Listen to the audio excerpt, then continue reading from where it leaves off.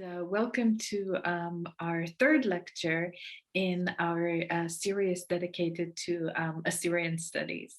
As always, we're grateful for the community for enabling this talk with their generous donation and with their ongoing support. We're moving to a new phase in the lecture series. We've been talking quite a bit about language and culture in the last two lectures, trying to understand the significance of sort of languages and cultures being spoken, being recorded, being used in places like Iraq and Turkey. Today, we're going to deal with the history. And in order to do that, we have invited Professor Laura Robson, who's one of the leading scholars that helped historians of the Middle East articulate, understand, and get new insights as to how the processes that began after the end of World War I, in this kind of post-genocidal Middle East where communities needed help, needed resettling, how this process shaped the Middle East as we know today, how it shaped our understanding of minorities, how it shaped our understanding of sectarianism, of Muslim Christian relations. So we're delighted to have her with us to share her insight and her exciting work with us and with the folks who came to the lecture today. And I'm also very excited that Professor Robson will be introduced by my colleague, Professor Holly Schisler, who is a prominent historian of the late Ottoman Empire and modern Turkey, whose research also deals with questions of language, gender, statehood, and nationalism within this kind of shift from the late Ottoman to the post-Ottoman period. So I'll let Holly take the center stage. Again, we appreciated everybody who came here and we welcome everybody here. And I now let my colleague, Professor Schisler, continue from here. First of all, let me say how delighted I am to be here this evening. And I'm especially pleased to be able to introduce this evening, as I reach down, to be able to introduce this evening Professor Laura Robson, who is the William and Donna F. Oliver McCourtney Professor of History at the Penn State University, Pennsylvania State University, I should say. It's really, I must say that I really think that she's one of the most exciting new or up-and-coming scholars in this field and has written a variety of very interesting works, looking broadly at the way that the post-World War I era and the international order that evolved in the post-World War I era contributed not only to the drawing of, sort of famously to the drawing of more or less arbitrary maps for the creation of modern nation states, but created the conditions for the forced separation of peoples that took place in that post-World War I era in the name of nationalism, but also weirdly in the name of humanitarianism and in the belief that somehow separating various ethnic or religious groups was somehow the humane and modern and better thing to do in the post-World War I moment when there have been so many ethnic cleansings, I guess you would say, leading up to that era. I am particularly a fan of her monograph, States of Separation, Transfer, Partition, and the Making of the Modern Middle East, which came out from the University of California Press in 2017. And she also has a brand new monograph out from Oxford now in 2020 called The Politics of Mass Violence in the Middle East. And in addition to that, she has edited a number of also very interesting volumes, which I won't go through all of them here, but I will mention Partitions, a Transnational History of 20th Century Territorial Separatism, which was produced by, came out from Stanford in 2019. So obviously a hugely prolific author and one who is writing on an important and fascinating topic. And it's really a pleasure to be able to introduce her to you this evening. And as I think you know, but I'll repeat, The title for tonight's lecture will be the Assyrian Experience and the Making of Minorities in the Post-Ottoman Middle East. And join me in welcoming her, please. Thank you so much for that wonderful and kind introduction. Thanks to Orit and Holly, and thank you to Tom for organizing and inviting me. I'm really absolutely delighted to be here, and I'm delighted to see this focus on Assyrian studies coming out of the center. I think it's a wonderful series, and I'm really glad to see this kind of scholarly and public engagement with the topic of Assyrian history, which is something I've been interested in for a long time. So I'm just going to go ahead and share I have some images to share with you as we chat today. So I'm going to go ahead and do that. Everyone can see that? Good? Okay. All right. So I wanted to talk to you today about the ways in which two things come together. And those two things are the Assyrian experience in the kind of interwar period, and particularly in Iraq, and also this more general question of minorities in the modern Middle East. And the concept of minorities is one that plays a kind of outsized role, I think, in views of the modern Middle East, but there isn't a great deal of agreement on its meaning and on its history. So, for instance, in kind of popular and journalistic parlance, minorities, which is a term that actually isn't often explicitly defined, but it usually indicates some kind of non-Muslim or non-Sunni communities within a predominantly Sunni Arab milieu in the Middle Eastern context. These communities are often depicted as subject to various kinds of discrimination, if not outright persecution, right? We see kind of media tropes about this, often violent forms of persecution. And yet, on the other hand, we have a kind of countervailing literature in both scholarly and in popular writings that depicts the old Ottoman state, which wielded political power, of course, over what we think of now as the Middle East prior to the First World War, as a kind of haven for minorities, right? As an unusually tolerant state that offered significant protections for its non-Muslims, including Jews who were fleeing persecution in Europe.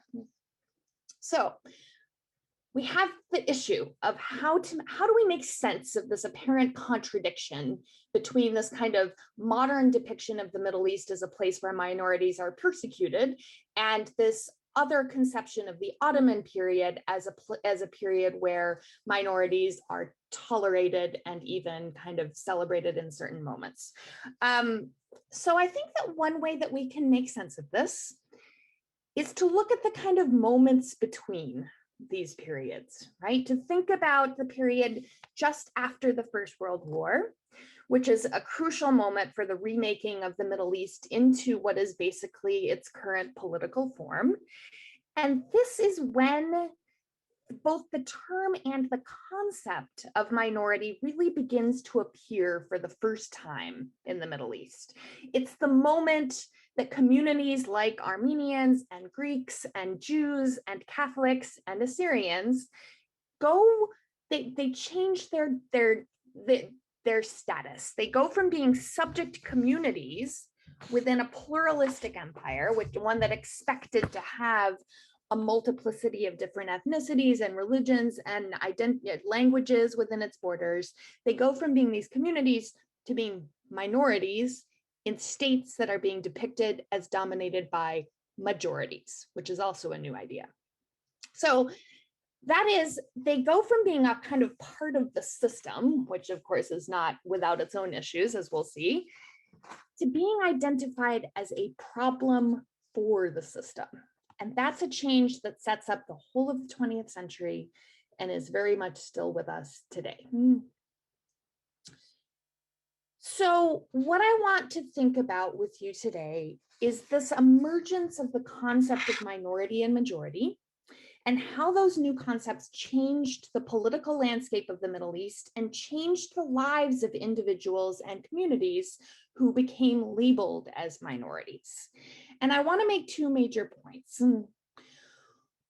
One is temporal, and that is that it was not until the peace talks after the First World War that the political concept of minority became meaningful. And that happened partly because it offered opportunities for legitimizing imperial control, European imperial control, in an era when empire was generally becoming more difficult to defend.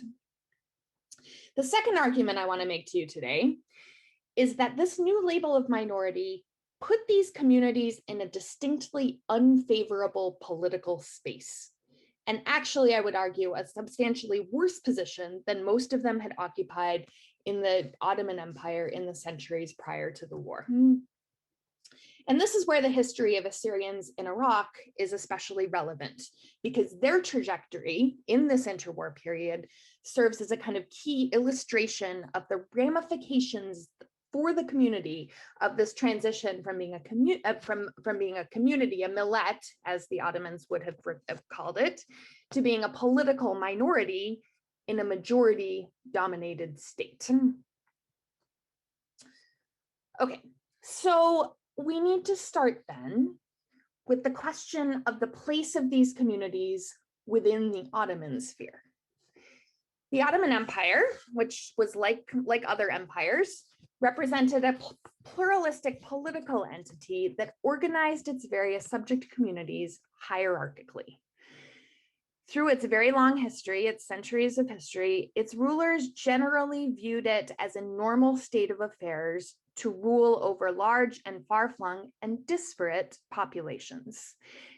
And they also viewed it as a normal state of affairs to formally articulate legal and political and economic differences among those various communities as a mode of governing these highly varied populations. So when we look at maps of the Ottoman Empire, we can see and imagine the kind of linguistic and religious and ethnic variety that is within these borders, right? But we should not think that these are equitable political spaces, right? We should not kind of romanticize this moment and think that this is a space of equity. Rather, different communities took on different social and economic and political roles. And so we have in the Ottoman sphere communal relations that are often unequal, but are also mostly peaceful, and which routinely offered significant economic and social and sometimes even political benefits to non-Muslims. It is important, though, to note that the system began to break down in the last decades and maybe even the last century of Ottoman rule. And there are a lot of reasons for this, some of which you can kind of begin to see on this map, which delineates the loss of Ottoman territory over the course of a couple of centuries.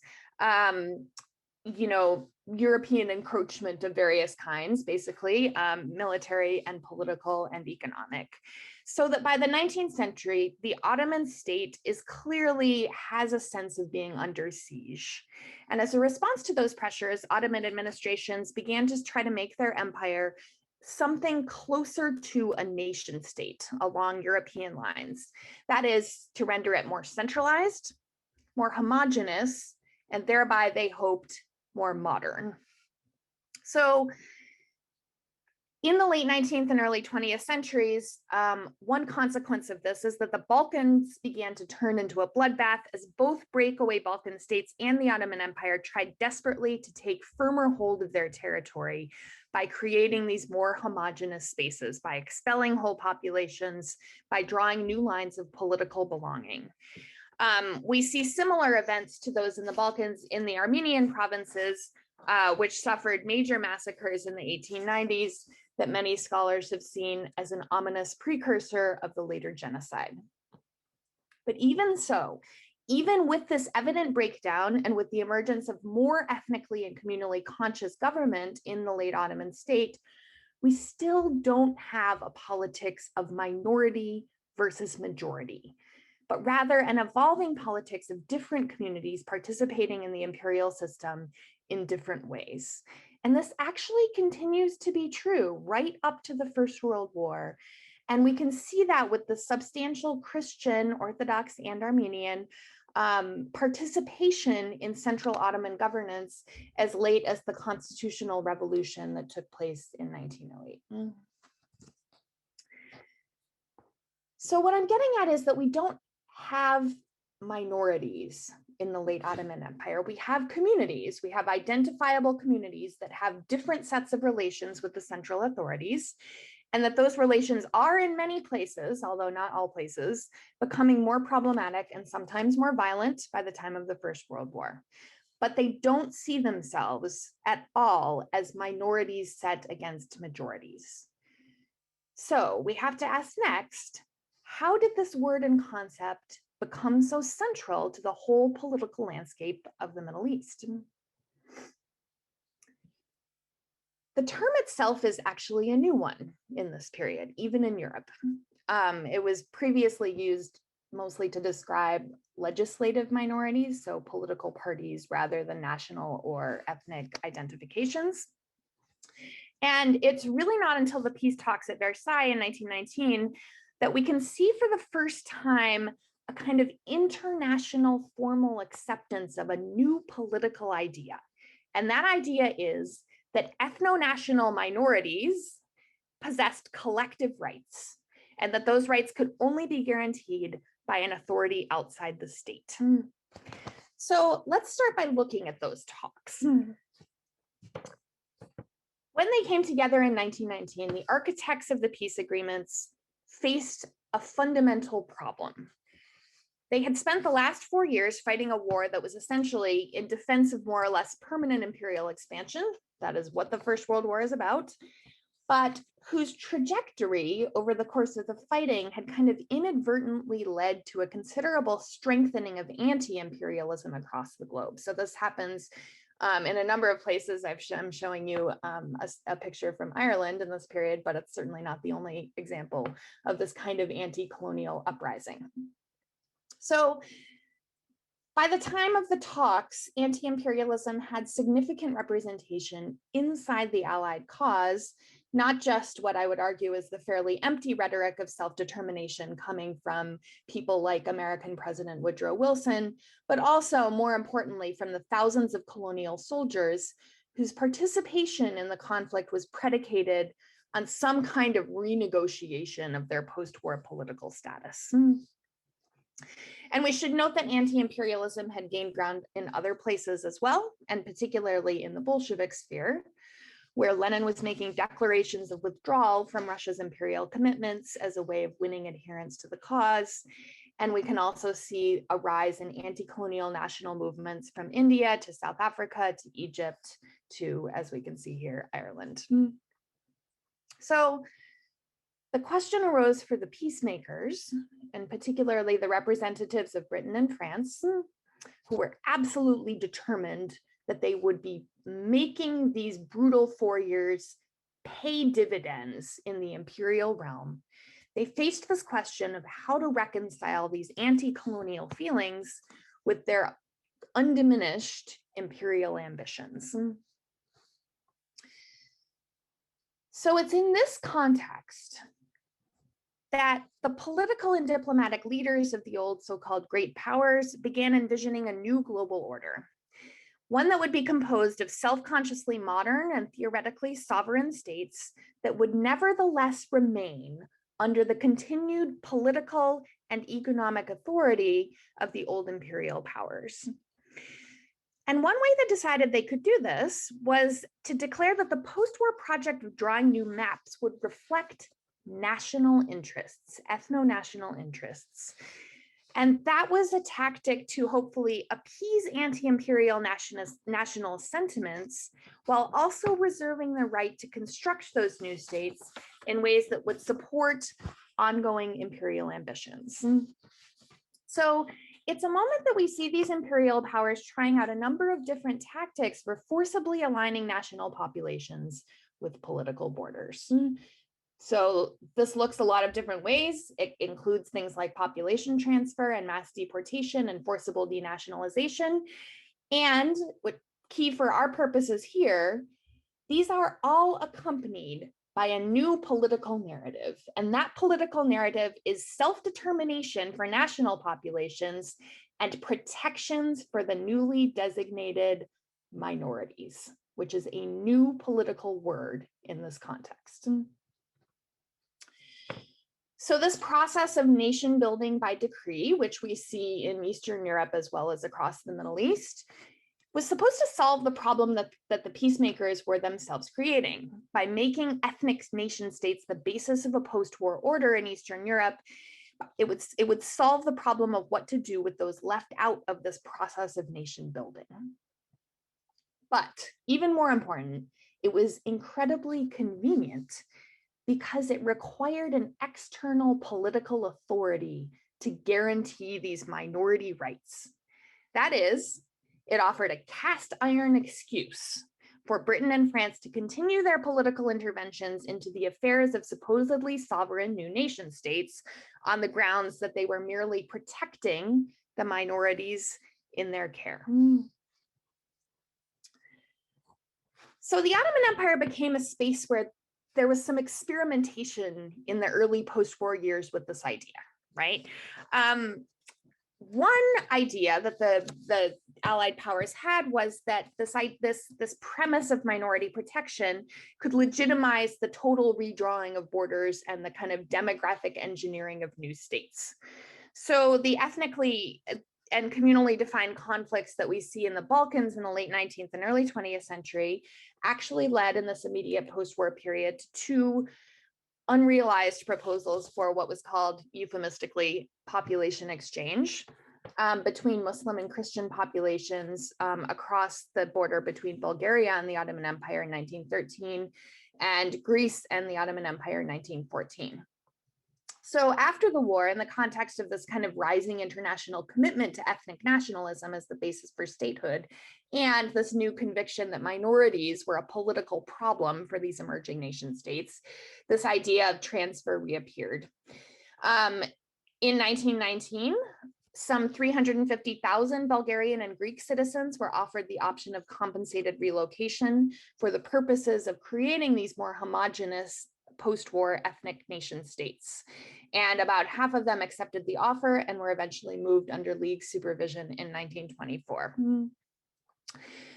And this seemed like a successful kind of pilot project to the British and the French. It seemed like a successful example of state engineering that benefited Britain and France by putting viable buffer states between them and the Bolsheviks. The League of Nations later said that this transfer had created, quote, immigrants on the way to becoming peaceful citizens instead of refugees addicted to revolution.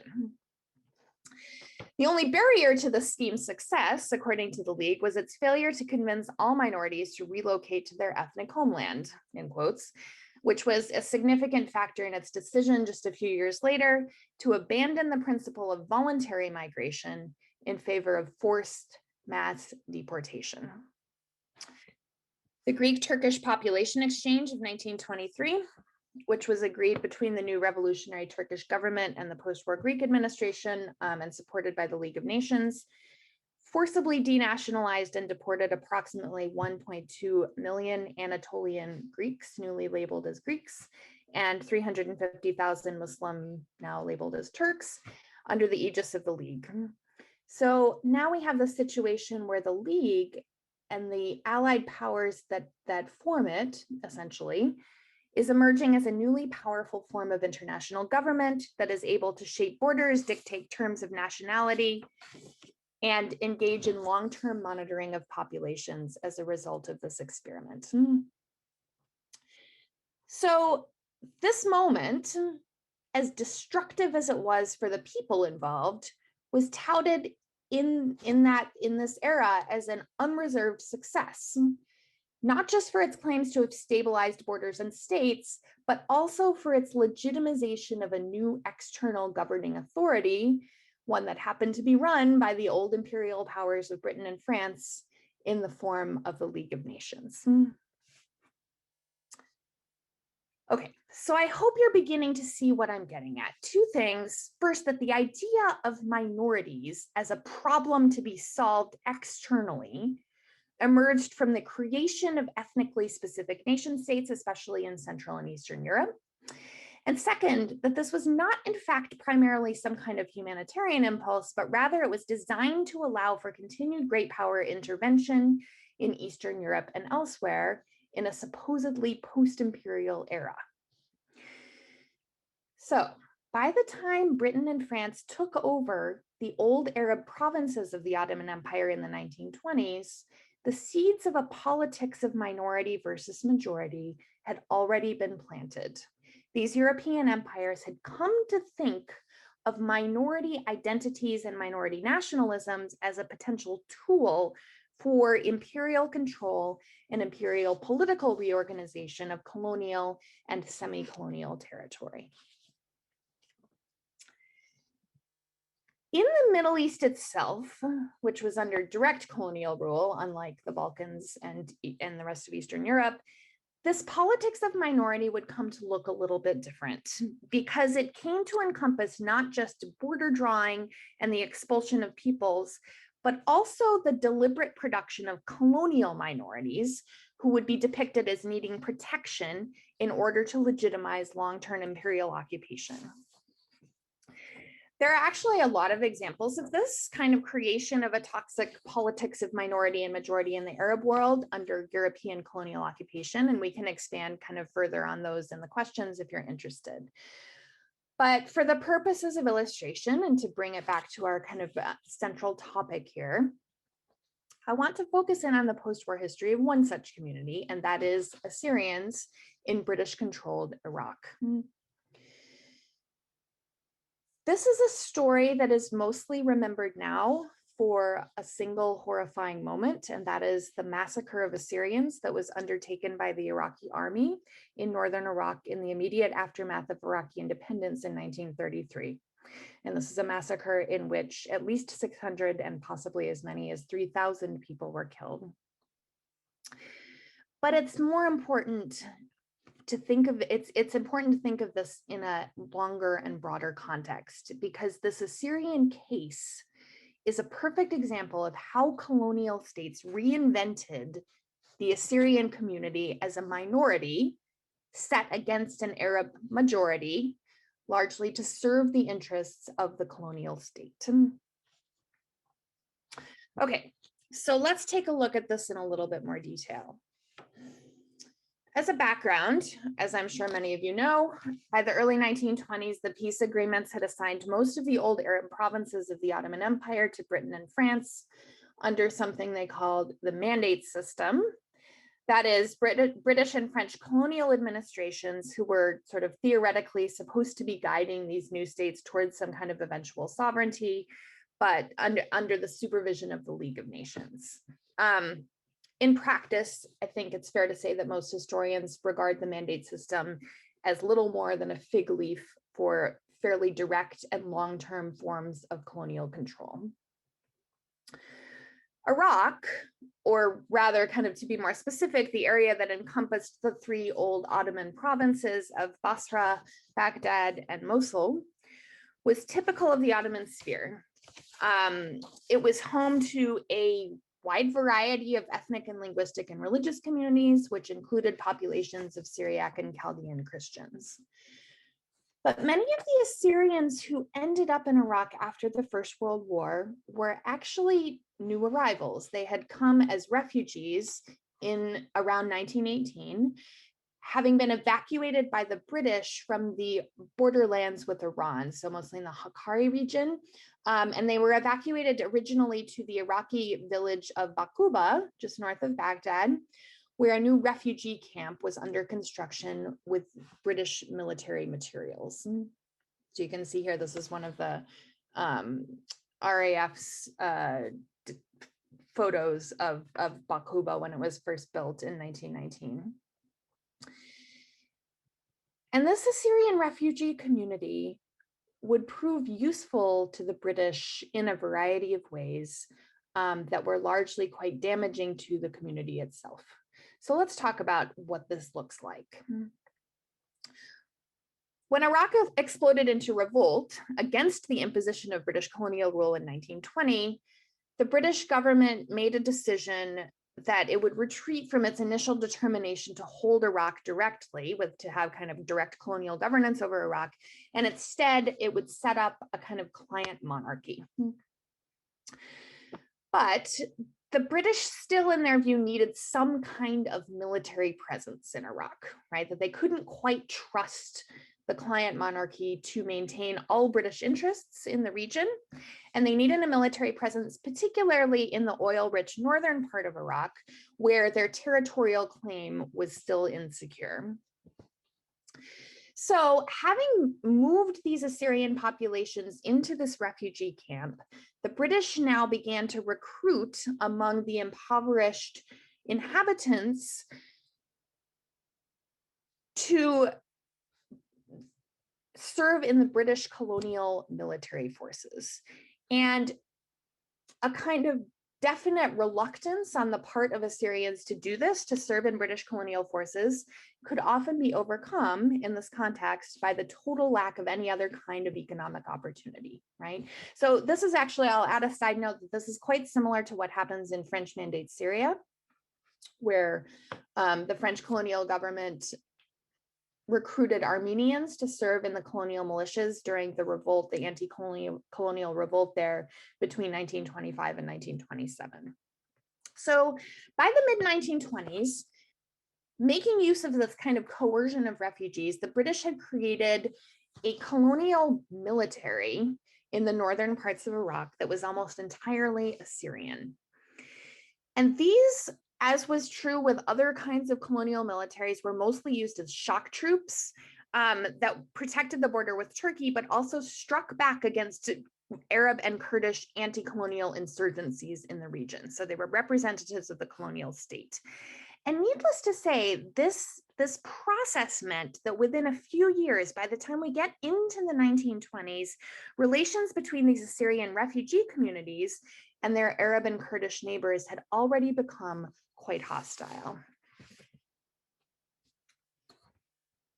So the Assyrian refugees had been useful already to the British as a military force, but they were also useful in rhetorical ways to the British colonial effort at governing Iraq. By 1924, it was still not clear what was going to happen with the territory around Mosul, this northern territory, which was being claimed simultaneously by the British-backed Iraqi state and by the new Republic of Turkey. Eventually, the British, who wanted to hold on to Mosul for Iraq, managed to have the question turned over to the League of Nations, which put together a commission to decide who had the stronger claim. And in their arguments to the commission, British officials repeatedly made use of the Assyrian community to argue for the maintenance of British control over the region. This is a moment where, for the first time, we start to see references explicitly and repeatedly to the Assyrians as a minority who required external protection that the British argued only they could provide. So the British argued against allowing a plebiscite to go forward that would have determined local desires as to, what should happen to this territory, on the grounds that it would threaten minorities. So I thought I'd share with you what the formal British response to the League stated on this subject. It said, quote, "It is unnecessary to dwell at any length on the evil consequences that flow from a frontier settlement by plebiscite.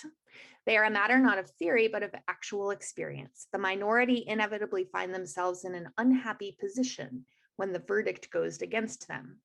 They are exposed to reprisals and persecution. If the danger exists in Europe and experience has proved that it does exist, it will be far greater in a remote region such as the Iraq frontier, where the restraints of general public opinion are necessarily less operative." So we can see now that we have this community, the Assyrians who had operated as a more or less autonomous millet during the Ottoman period, had become victims of the Ottoman state as the system collapsed during the First World War, had then been reluctantly pressed into British colonial military service, and were now, in the main, advocating for a return to their homelands in Hakkari or to the semi-autonomous status that they had held before the war. Now this community was being described for the first time as a minority in need of protection from a potentially hostile majority, again, fundamentally new terms, for the specific purpose of bolstering British colonial claims to Mosul and its surrounds. Now, I think it's important to note that this language of majority and minority protection is not the language that Assyrians were using to describe themselves. In fact, it's clear that many Assyrian leaders thoroughly understood the ways in which this minority label would be damaging, especially when such minorities were being described as requiring some kind of colonial protection scheme. And they were right. By the early 1930s, the Iraqi government had become openly hostile towards the Assyrian refugees, whom they regarded as colonial stooges. So when the British announced their intention to abandon the mandate for Iraq in 1932, the Assyrian refugee community was fearful enough about their future that some of them tried to cross the border into Syria. And the language coming from the Iraqi government was becoming more hostile as well. So we see, for instance, one Iraqi official addressing a meeting of more than 100 Assyrian community leaders in Mosul in 1933 with what we can only describe as threatening language. He said, quote, "The Assyrians ought to obey the rule of the country. The patience extended by the government towards the Assyrians and the kind treatment they met with are especially due to the humane and kind attitude of a kind government towards the refugees in her lands. But I do not mean that these shall continue forever. For those who cannot be loyal subjects do not deserve their privilege." So now we come to the moment of violence. In August of that same year, things came to a head when Iraqi army units massacred hundreds and perhaps thousands of Assyrians in the villages north of Mosul, thereby ending any meaningful attempts to incorporate Assyrians into the new Iraqi state and ensuring, of course, that Assyrian Arab hostility would continue into the post-colonial period. So let's take a step back and think about what it is that this story tells us. The application of the term minority to a refugee community that had been introduced into Iraq by the British military and then recruited to serve in a colonial counterinsurgency campaign indicates nothing about the particular history of these peoples. It doesn't describe earlier Assyrian relations with the Ottomans, who would not have seen this millet as a minority or thought about their relationship with an ethnically Turkish majority. Those are not meaningful concepts either within Assyrian political discourse or in northern Iraq or within the Ottoman state in the early 20th century. It also doesn't tell us anything about Assyrian political visions, which by and large sought to imagine some kind of semi-autonomous community which would have loose ties to the surrounding areas, including potentially the Iraqi or even the Turkish state. So what does it tell us? Well, it tells us that the term and concept of minority was a late introduction to Iraqi political discourse, and that it didn't emerge as a community self-description, but rather as a colonial term that legitimized and formalized the continued British occupation of Iraq and especially of Mosul. It also tells us that once that label was in place, it significantly disadvantaged Assyrians who wanted to seek some kind of integration into a post-colonial Iraq. And further, it tells us that the Iraqi government now, in fact, under the influence of this language, did come to regard itself as the representative of an Arab majority, and that it did not envision the real incorporation or assimilation of Arabs, non-Arabs, or non-Muslims, particularly ones like these, whom it regarded as tarred with the brush of colonial collaboration, into an independent Iraqi state. And as a kind of sad postscript to this story, it's probably worth noting that having created this debacle, neither the British nor the League of Nations had any viable proposals about ways to untangle the situation or rehabilitate the position of the Assyrian community. The best they could come up with, which was explored repeatedly over the next decade, was simple removal. That is to take the Assyrian communities out of Iraq in their entirety and send them somewhere else, anywhere really, that could be convinced to take them in. So it was this situation that led the League to devote considerable resources to proposals for mass Assyrian, what they called transfer, to Brazil, British Guiana, South Africa, Suriname, even Timbuktu was proposed at one point. And it should be noted that this happened very much over the protests of actual community members who even resisted more local efforts to transfer them to Syria, which is what you see here. So as might have been predicted, we can see that it turned out that this kind of ethnic cleansing, the kind of physical homogenization of the nation, was the only solution the League of Nations could envision to this toxic problem of minorities that they had created in colonial Iraq. And that's not even beginning to address the sort of issues that this transfer solution might have created if it had in fact been implemented. We can see here a map of the proposed settlement in Brazil for Assyrians that indicates the presence of so-called Indian reservations. Okay, so to wrap up, I want to kind of think broadly about what the story tells us. First of all, I think it tells us that the idea of categorizing people as minorities and majorities didn't arise from the recent Ottoman past. The idea was only meaningful in the context of representative nation states.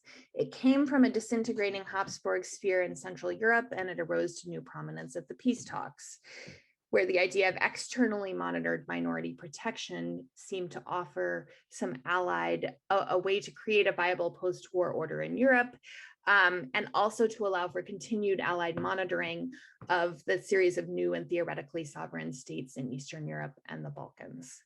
And it was then applied to the ex-Ottoman territories for very similar purposes. And we can see this in Iraq, where labeling Assyrians as vulnerable minorities allowed the British to legitimize a colonial occupation in an era that was generally not friendly to this sort of imperial expansion. So finally, I think, I'm going to actually go back here. We have to think about what this new label did to the communities to which it was assigned. Now, it's very clear that Assyrians, along with other similar communities like the Armenians, were already under some degree of violent persecution without this label, right? The collapsing Ottoman regime of the late 19th and early 20th century didn't need the label of minority to see these communities as a threat.